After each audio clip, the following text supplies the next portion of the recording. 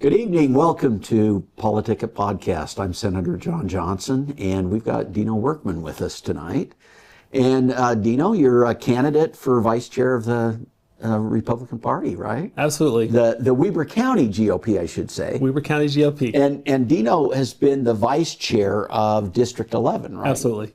And so, Dino, I mean, a lot of our audience probably doesn't know you. People that are in politics know you. They've seen you around, right? But why don't you tell us a little bit about you? Where did you grow up? What school did you go to? Okay. And then we'll talk about why you got into politics, right? Absolutely. So I'm originally from North Carolina, actually. You don't hear it very much, but sometimes when I say certain words, you can hear it. From North Carolina. I've been in Utah since 1997, but grew up in North Carolina, a city called Greensboro. And I'm one of three children. I've been there before. Greensboro? Yeah. Okay. I like it there. Yeah, it's a nice place. Yeah. It's a nice place. I come from a small family myself, but a rather large family extended. My mom's one of 12 children. Her mom's one of 22. So 22 kids. 22. All the same mom. Oh, wow. So it's a very, very large family. But I've been out here since 1997. So what brought you here? After I started my mission, had some friends out here, and kind of after you serve a mission, almost everybody knows from out here anyway. So did you serve a mission here? I did not. I had friends from here and just moved out here. Where was your mission? Texas, Dallas. Texas, Dallas. Yes. Yes. Yeah. And part of my heart is still in Dallas. I love the place. So my first job was at SMU in Dallas. So okay. I actually lived in Richardson. I served in Richardson. It was my last area. I was the zone leader there. Oh, that's cool. Very cool. And so some of your mission companions lived here. Yes. And you moved out here. Did you move here to go to school or what? I did. I actually moved here. I at one point was fluent in ASL, and I moved here to do the interpreter training program at the community college, at Salt Lake Community College. Uh-huh. And so did you do ASL on your mission? I learned it on my mission. I did it there, yes. Oh. Mm-hmm. So moved out here to do that, and focused on that a little bit when I was here. I actually taught ASL at Taylorsville High when I got here as well. Did you really? I did. Wow. For a little bit, yeah. So do you still remember it? I do. Fairly well? Yes. Oh, yes, that's cool. I do. So do you ever do translations for people? Some. I don't use as much as I used to, but I still mess around with it some. I do. I love it. That's cool. So your parents are and your family, are they still in North Carolina? Yeah, most of my family are still in North Carolina. Some of them have moved around in different things. My parents have both passed away, but my sister is still in North Carolina. Lots of my cousins are still in North Carolina, and a lot of the base, again, there are many of them, but I do have family that have moved into different parts of the country as well. So do you have any family out here in Utah? Actually, I do. I have some of my cousins that live down in St. George area. Oh, okay. In fact, yes. That's cool. So Dino, what got you into politics? Because you've been around a little bit. So I have. Tell me kind of what you've done and I definitely am a person who believes in being involved. I'm a person who believes in making things happen. I'm, action oriented. I'm a person who believes in having an opinion, but also making action happen because you can affect change. And I think that politics is a vehicle where you can do that. A lot of times people have an opinion and they do nothing about it. They kind of fold their arms, and it's really difficult to have an opinion about something and not have any action behind that opinion. And so I always thought, if I'm gonna have something to say about something, I better have some action behind that. And so I became involved, very, very early with regard to politics. And as long as I can remember, I think I became very involved because I was involved in school, and so I saw that, introduction, being able to be involved, in races in school and being, in student government in school and, being able to participate. So was that at Salt Lake Community College? So I was, in high school, yes, but I was also involved at Weber State, okay. So that was when they had the Davis campus. When the Davis campus some people will remember this, but it used to be at the old Questar gas building in Layton. And I was involved up there. And then when they first had the Davis campus over, it's grown now where the New Ames is over nice there. Out there, isn't it? It is. And so I was involved over there too. But and so it just kind of has been a natural progression. But it's just always been something where I felt like, you know what, I definitely want to. So were you in student government then? I was, yes. Okay. Yes. Very cool. I was. I went to Weber State too, and Yes. actually ran for one of the vice president's jobs 2 years in a row, and barely lost both times. Right. But I was still involved with student government. Right. It was that was a good thing to. It was interesting too at Weber State, because I remember the shift from high school involvement to university involvement. It was like I was working full time and I had a young family, and they wanted me to be the student senator over the Davis campus at the time. And they said, we want you to do this. And I said, okay, I really want to do it. But it was such that I could not, when they created that seat, I wanted to do that, but they said, we have to have you here at certain times, and I couldn't do it because it was so demanding. So I went were you working then too? I was working full time because I was married and had, I think at the time, I had all of my children. And so I had a full-time job. But that was when I realized that the setup in university kind of mirrored actual politics, like, with the senator setup and everything. And I was like, oh, okay. And so it looked kind of like, our actual government setup. Yeah, very cool. And so tell me about some of the campaigns you've worked with. So I've worked on, many campaigns. It just depends on, what is important at the time, what the hot button is. Most recently worked really heavily on Jill Cofert's campaign. I loved that campaign because I loved the person. I loved what Jill stood for. It was very, very important that I know you were a lot of help on that campaign. Yeah. It was important to see, that seat changed. What I loved about that campaign too, though, was seeing that second time. Because it was two times she ran. Yes. Right? The second time she won. Yes. Both of the races were very close. Yes, they were both very close. That was the only seat that was occupied by a Democrat in Weber County. Yes. You know what I loved about that? That was, it was cool to be a part of that journey, because I saw that as a part of the growth, not only of Jill, but as the county. That, we talk about it in terms of that seat, and we talk about it in terms of Jill, but that's a county seat as well. And that happened for the county as well, and I saw that change and that growth, in that seat, and her as the person. And I've talked to Jill about this too, but it was great to see her change and see her growth and to see the effort that she put into it. And Jill's an amazing person, and I love to see the effort that she's put into it.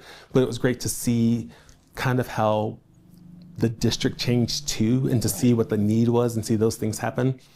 And what I also loved about that is that was a labor of love in my family. I worked on that campaign. I had a son that worked on that. His wife worked on that. One of his friends worked on that. I mean, there were a lot of people that we knew that were heavily involved. Just in my immediate family, and then people that, are good friends of mine. A lot of people put a lot of effort into that. So worked on that campaign.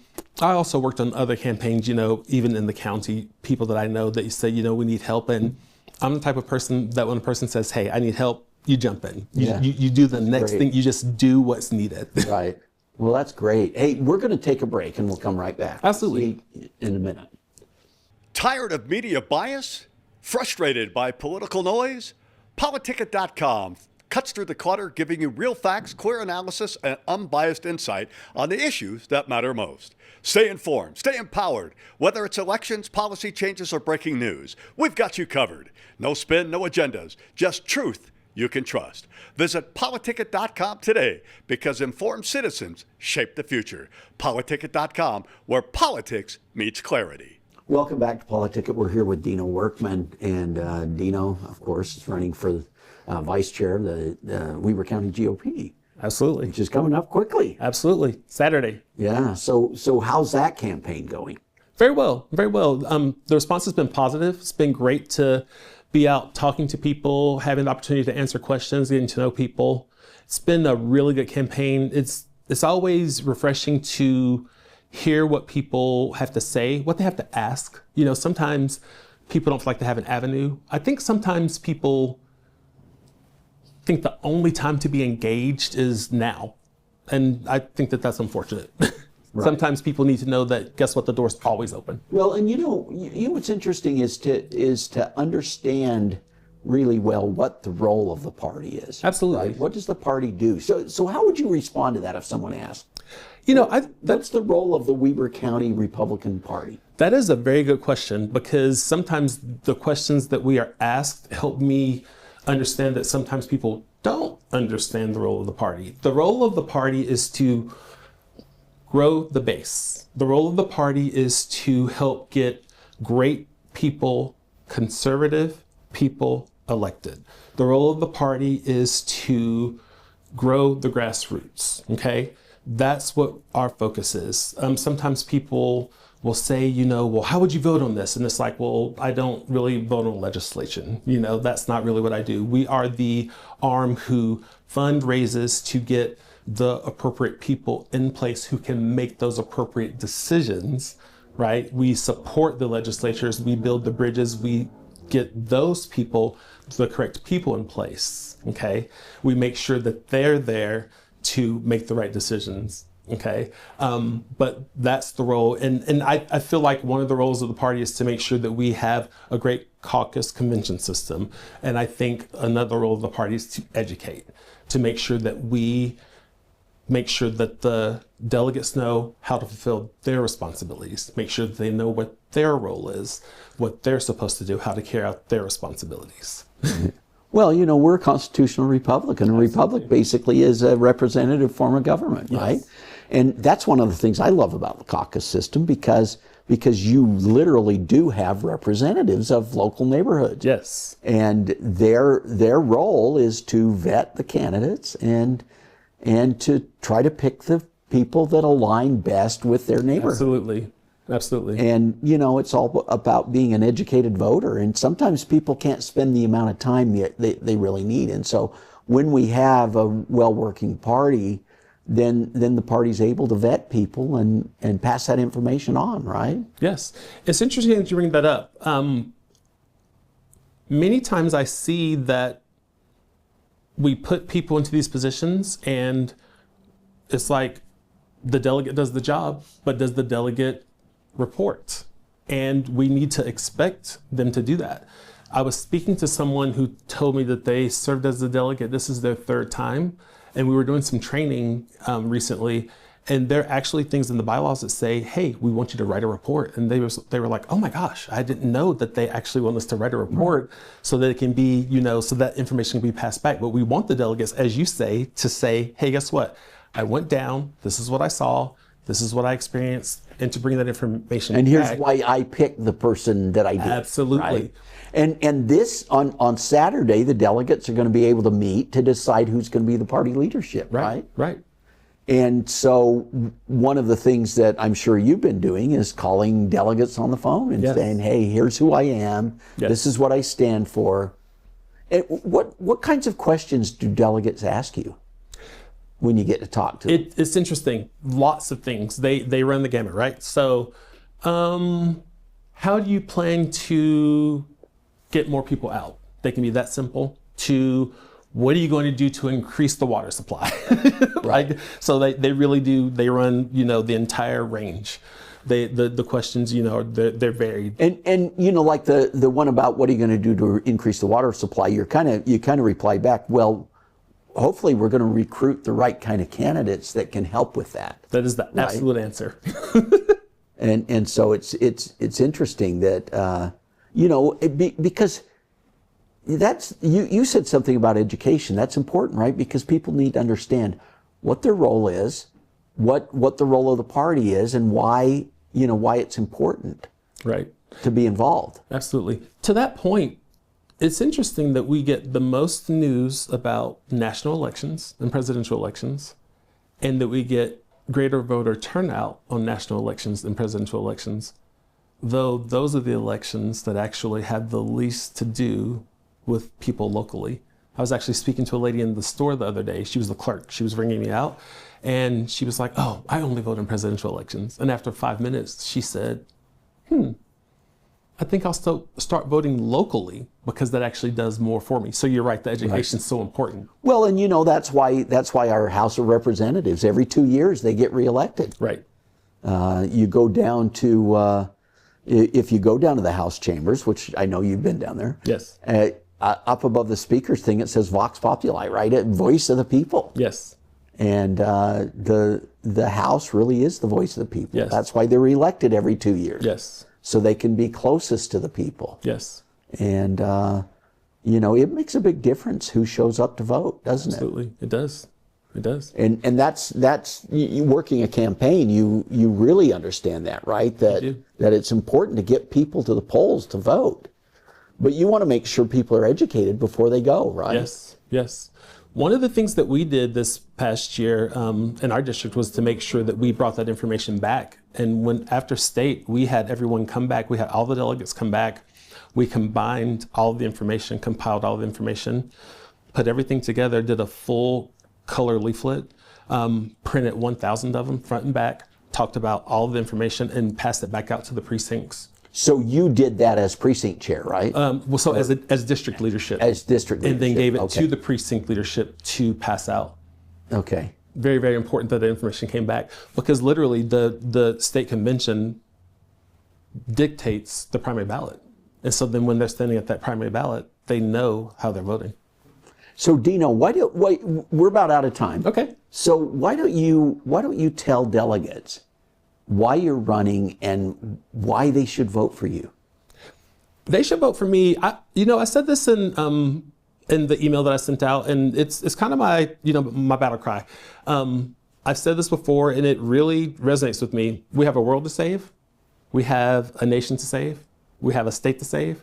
We have a county to save. We have a community to save. We have a family to save. And we have individuals to save.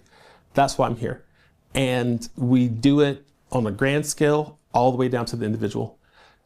I'm a person who am not going to start working hard. I've been working hard, and I will continue to do so. We want to take what we've done in District 11 and have the county be as active and as strong. We want to grow the base. We want to get conservatives elected who will continue to make the best decisions for Weber County GOP. Very good. Dino Workman, thanks for coming in. Thank you. My pleasure. Appreciate it. Yeah. All right. Thanks.